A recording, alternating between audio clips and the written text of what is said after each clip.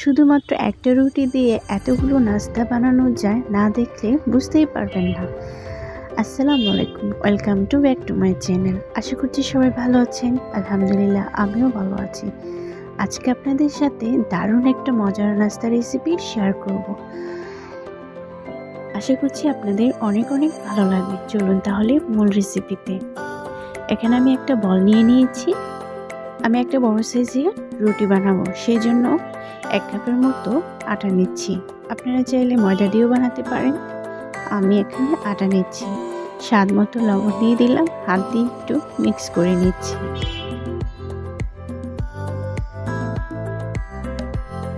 একটু তেল দিয়ে দিলাম। তেল দেওয়ার পর আবারও একসাথে মাখিয়ে নেব। মাখানো হয়ে গিয়েছে। তো এই পর্যায়ে আমি একটু পানি দিয়ে একটা ডো তৈরি করব। আমরা যেভাবে রুটির ডো করি সেম একইভাবে এই ডোটা তৈরি করব। আমি এখানে কুসুম গরম পানি দিয়ে ডোটা তৈরি করে নিচ্ছি। এতে করে ডোটা খুব সুন্দর সফট হবে এবং ভাজলেও অনেকটা মচমচে হবে।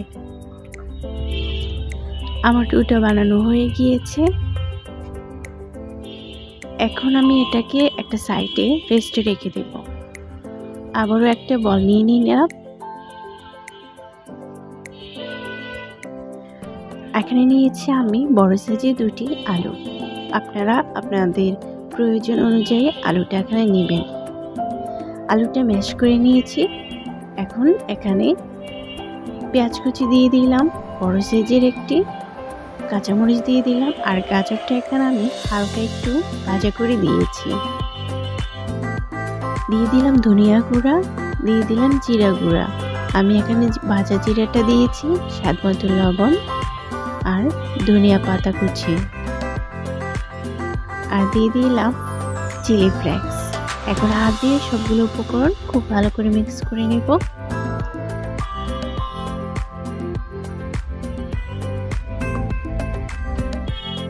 মাখানো হয়ে গিয়েছে। এখন এটাকে একটা সাইডে রেখে দেব। তো এখন আমি আগে থেকে যে ডোটা তৈরি করেছিলাম ওটা দিয়ে একটা বড় সাইজের রুটি বেলে নেব। আপনারা যদি বেশি মানুষের জন্য আয়োজন করতে চান সেক্ষেত্রে 2টা রুটি বা 3টা রুটি বেলে নেবেন। এই যে আপনারা দেখতেই পাচ্ছেন আমি একটা বড় সাইজের রুটি বানিয়ে নিয়েছি। রুটিটা বেশি পাতলাও হবে না এবং বেশি মোটাও হবে না। এখন এর উপরে আমি পুরটা দিয়ে দেব। হাত দিয়ে পুরো রুটিতে ছড়িয়ে দিয়েছি পুরটা। এখন এক সাইড দিয়ে আমি এটাকে মুড়িয়ে নেব। আপনারা দেখতেই পাচ্ছেন আমি কিভাবে মুড়িয়ে নিচ্ছি। আপনারা অবশ্যই রুটিটা বানানোর আগে একটু তেল ব্রাশ করে নেবেন। এতে করে খুব সহজেই এটাকে মুড়িয়ে নেওয়া যাবে, লেগে যাবে না।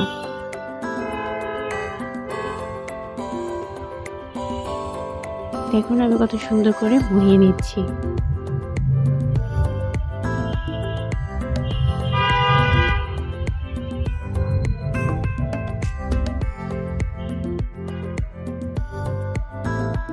মোড়ানো হয়ে গিয়েছে। আমি হাত দিয়ে একটু প্রেস করে নিচ্ছি।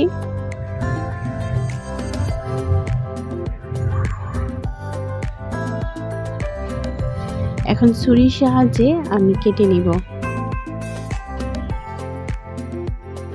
দেখতেই পাচ্ছেন আমি কিভাবে কেটে নিচ্ছি। একটা রুটি দিয়ে কতগুলো নাস্তা হয়ে গিয়েছে।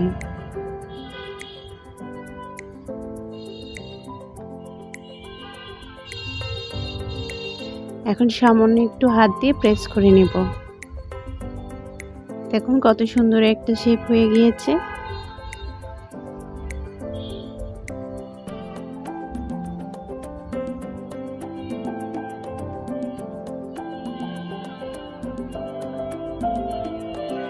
একদম খুব অল্প সময়ে এবং ঝামেলা ছাড়া এই নাস্তাটা বানানো যায়। সবগুলো নাস্তা বানানো রেডি। দেন আমি চলে যাব ভাজার জন্য। কড়াইতে আগে থেকে তেল দিয়ে একটু গরম করে নিয়েছি। এখন একে একে সবগুলো নাস্তা দিয়ে দিব।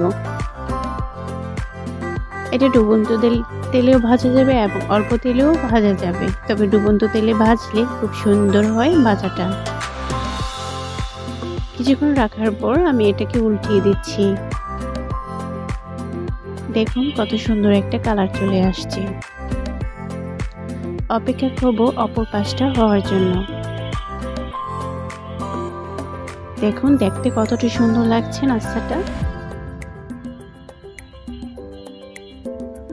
নাস্তাটা হয়ে গিয়েছে, আমি এই পর্যায়ে এটাকে উঠিয়ে নেব। দেন আমি বাকিগুলো একইভাবে ভেজে নেব।